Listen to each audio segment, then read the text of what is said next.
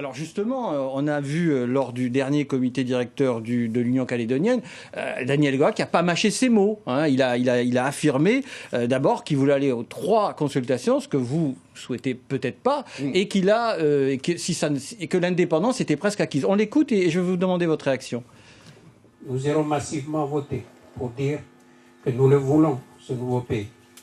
Et s'il le faut, nous le réaffirmerons 2 autres fois. C'est notre tradition d'accueil millénaire qui s'exprime. Mais au bout de 3 fois, nous ne chercherons plus à nous ouvrir.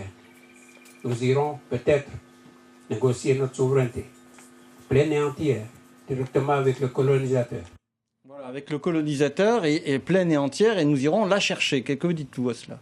Je dis que les indépendantistes aujourd'hui ne peuvent pas être dans une autre posture. Ils sont obligés de dire on ira au référendum en 2020 et en 2022, et puis après, si on n'a pas l'indépendance, on ira négocier ça en tête à tête avec l'État.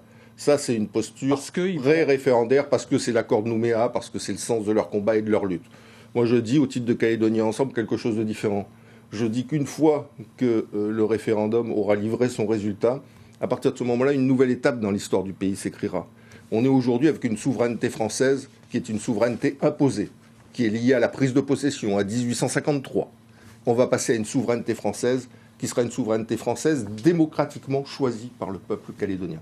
Et donc c'est dans cette nouvelle étape, cette nouvelle philosophie, un nouvel esprit qu'il nous faudra continuer à construire l'avenir de la Nouvelle-Calédonie au sein de la République.